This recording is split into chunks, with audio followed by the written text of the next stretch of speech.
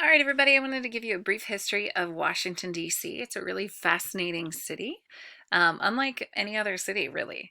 The interesting thing about Washington, D.C. is that it was a planned city. So instead of just like many cities are not exactly as planned as what Washington, D.C. was. So sometimes people will come to an area and begin to settle, and then more people come and more people come, and then it just sort of develops naturally. Washington, D.C. was actually planned. George Washington, our first president, was the one who actually selected the site. It's on the banks of the Potomac and the Anacostia rivers, and it was they decided on the site in 1790, and in a lot of debates, there were questions about where the capital city should be before they made the actual selection. And we've had a couple of different capital cities. We've had New York, we've had Philadelphia, but they wanted a permanent capital city. There was also the question and the argument that they didn't want one state to have the capital city in it. So the way that they've compromised with this is that they decided that they would make the capital city in its own little district. So if you can see here on this map, you have Maryland in this kind of teal color and Virginia in this purple color. This darker purple color here, it looks like a little square or part of a square. That's actually Washington, D.C. So this section here is actually in neither, it's in neither state. So if I were to write a letter to a friend in Cincinnati, it would say Cincinnati, Ohio on the address, the city and the state. If I'm writing a letter to someone that lives in Washington, D.C., I would just start Washington, D.C. So there's no actual state involved in Washington, D.C. It's its own district. So they selected the site. They had to get some compromising from Maryland and from Virginia to give up some land. So that was kind of the beginning of it, just selecting the site. Once they've selected it, they have to do what's called surveying it.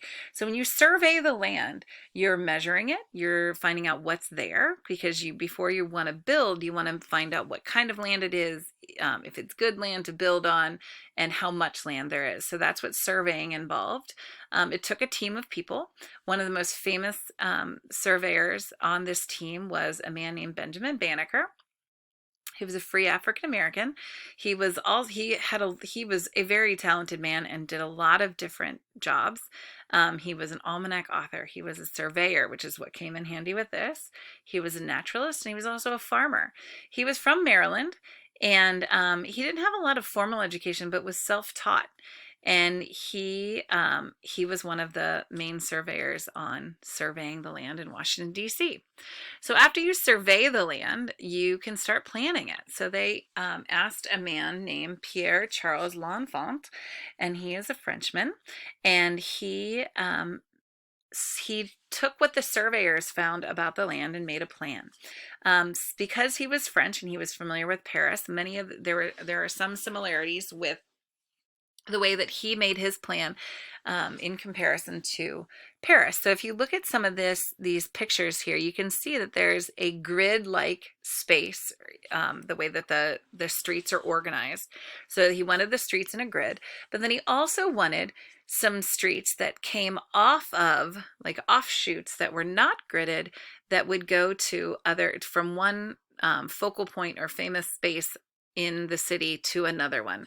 So if we look at this is where the Capitol building is, and there's a street that goes right over here to the White House. So the White House and the Capitol building are connected by a street called Pennsylvania Avenue. So instead of it being gridded and you'd have to, wind around all these grids, you can go straight up Pennsylvania Avenue. And it also symbolically connects the building of the legislative branch with the executive branch. So has a bit of symbolism with it as well. So that's the way that L'Enfant designed the buildings.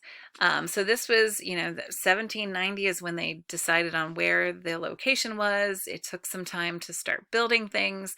The decision of making these buildings in the technical term would be neoclassical style architecture.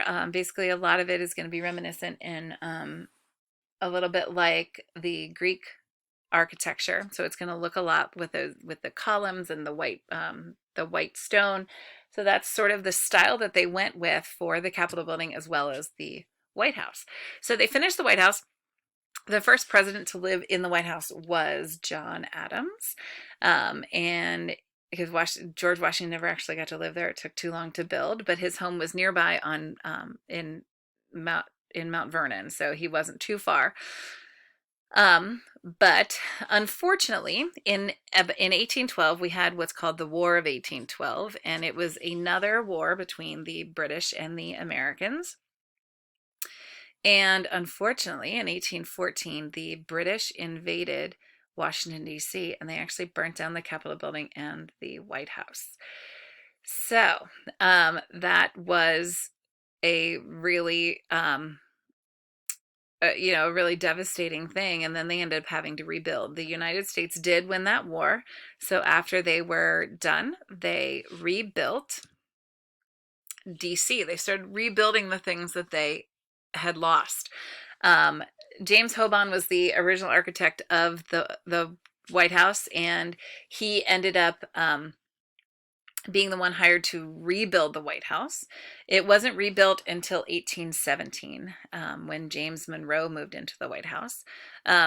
Interesting fact about when the White House burnt down, James Madison was the president at the time, and his wife, Dolly Madison, is famous for, as the British were coming into the city, she took a portrait of George Washington off of the wall and took it with them because she was worried that the famous portrait of George Washington would be lost. So we still have that portrait. It's in a museum in Washington, D.C., but luckily because she took that out, we still have it. So, yes, James Hoban, the guy that originally designed the White House, ended up rebuilding it, and James Monroe was the one to move in after that. So the only president to not have lived in the White House is still George Washington, because they ended up rebuilding it quickly enough that the next president got in there. The Capitol building was also restored. They took this as an opportunity to not just restore it, but also to add some more rooms and things for the Senate and the House of Representatives. So after they had been running the country out of the Capitol building for a while, they realized that they needed some more space. So they added some new rooms and a new wing and things like that. So as tragic as the fire was, they ended up being able to rebuild that Capitol building in the way that fit their needs. In the 1860s, so here is a challenging thing about the 1860s. So we had the Civil War break out. There was the war was fought between 1861 and 1865, and it was fought over slavery. And we've talked a lot about how there are a lot of parts of history that are unpleasant and sad, but we need to learn from them so that they never happen again. And this is one of those times. The Capitol building was a place of a lot of debates and arguments leading up to the Civil War. And eventually the Civil War ended up happening, and it broke out in 1861. By the end of the war, when the North won, because it was a battle between North and South. So in 1865, the North won. And the result of that, we made 3 new amendments to the Constitution. The 13th Amendment freed those that were slaves. In the 14th Amendment, it made them citizens. And then in the 15th Amendment, it gave African Americans the right to vote. So that is kind of the history of the Civil War.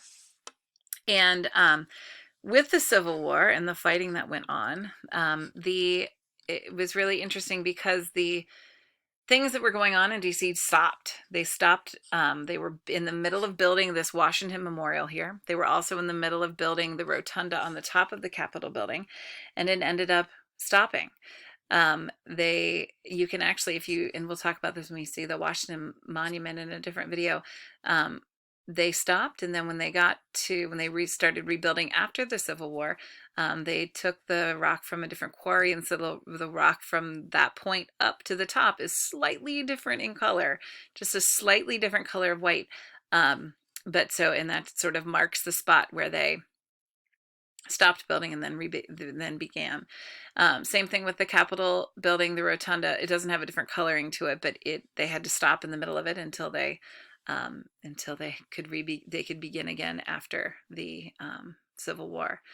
Washington grew in population after the Civil War in 1862, 9 months before the Emancipation Proclamation. Which ended up freeing many slaves. What they ended up doing is what a lot of people ended up doing was moving to DC. So it increased their population here in Washington, D.C.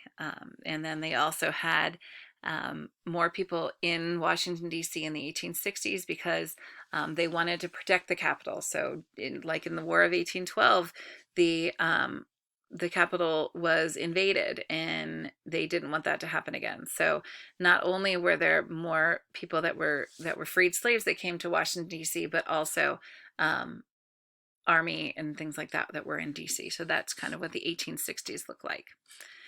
And then in the late 1800s,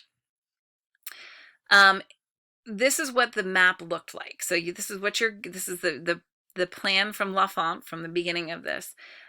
And it looks different than it does today, and I'll show you a picture in just a second, but here's your Capitol building, here's your White House, and then here is the Washington Monument that they began to build. Now, there was a flood that ended up happening, and you can see how close this Potomac River is to the Washington Monument. The challenge is that the Congress was really scared that the flooding, if it flooded worse than it had then they would lose the Washington Monument or it would be damaged.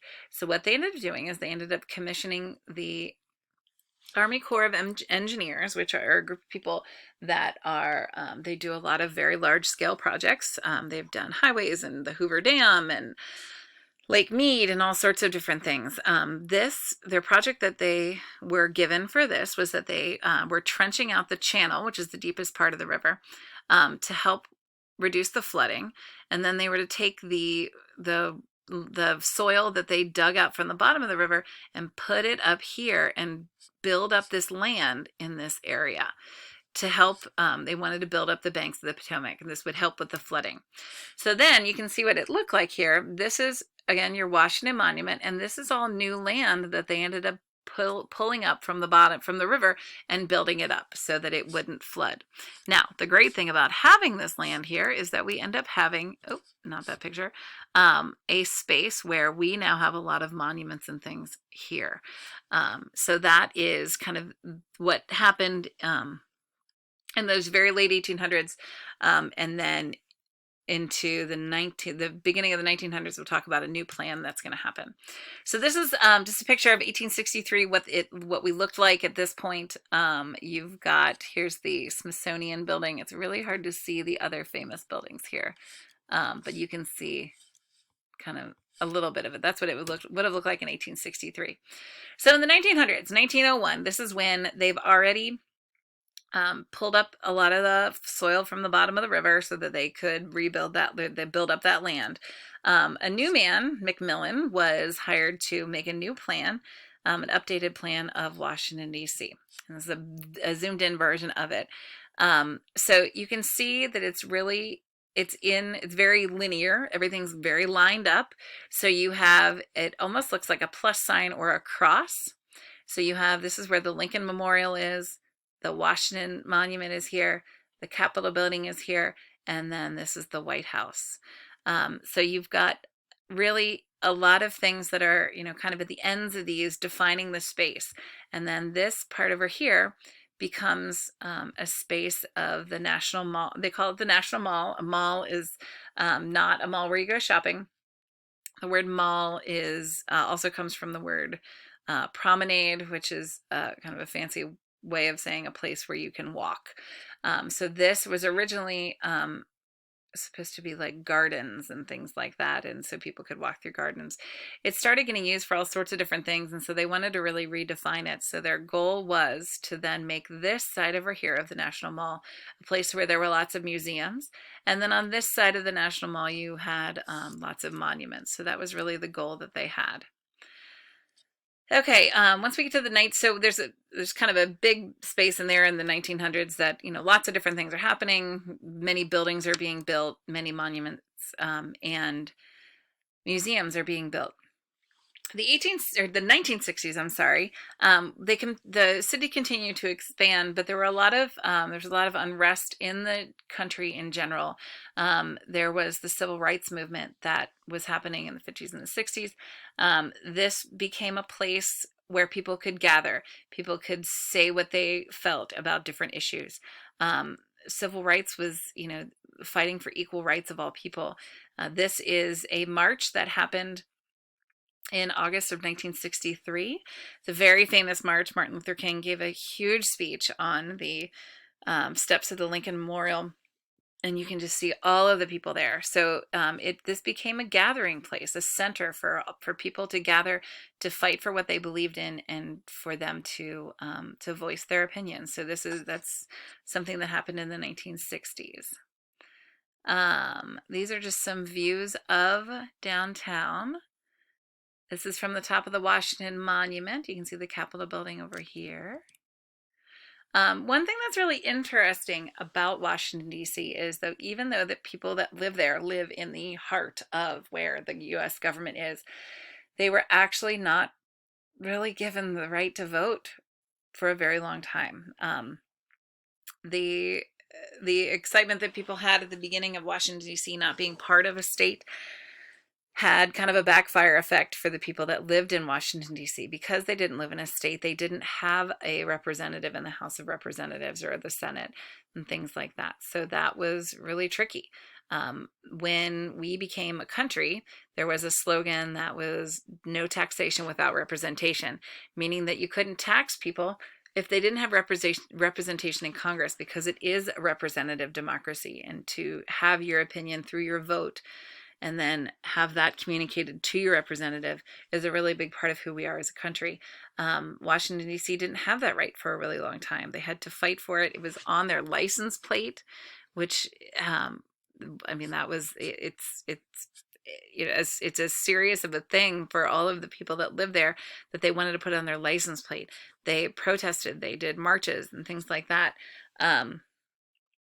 So they weren't allowed to vote in presidential elections until 1964. So if you lived in Washington, D.C., like a block away from where the president lived, you couldn't vote for president, which was so unfair, and they wanted to fight for it. They also didn't elect their own mayor until 1973. Luckily, through all of the debates and marches and fighting for their right to vote, they have the right to vote now. So that is, luckily they resolved that.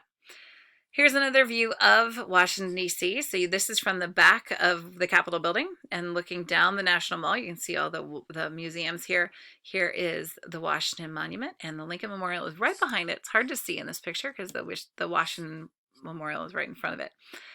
This is from the top of the Washington Monument, looking towards the Capitol building. Again, you can see the museums on the side, and then this is your National Mall. It's a big grassy space. If you're there in the summer, you can sometimes just see people picnicking and hanging out and throwing frisbee and things like that. But it's not a space where there are buildings on this at all, but it's like a park. The 2000s, we have a vibrant, culturally diverse community here in Washington, D.C. now. So we've come a long way through the years of Washington, D.C. It's transitioned through all the years that it's been around. It's been around for over 200 years.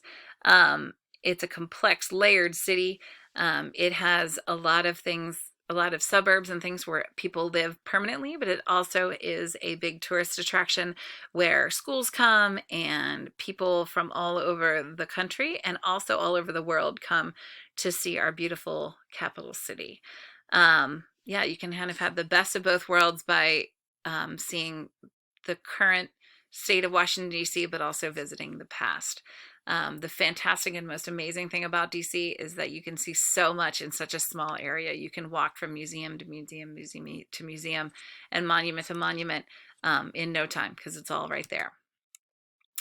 Here are just some more views of Washington, D.C. It's a little bit better. This one's a little better and a little easier to see some things. Here is your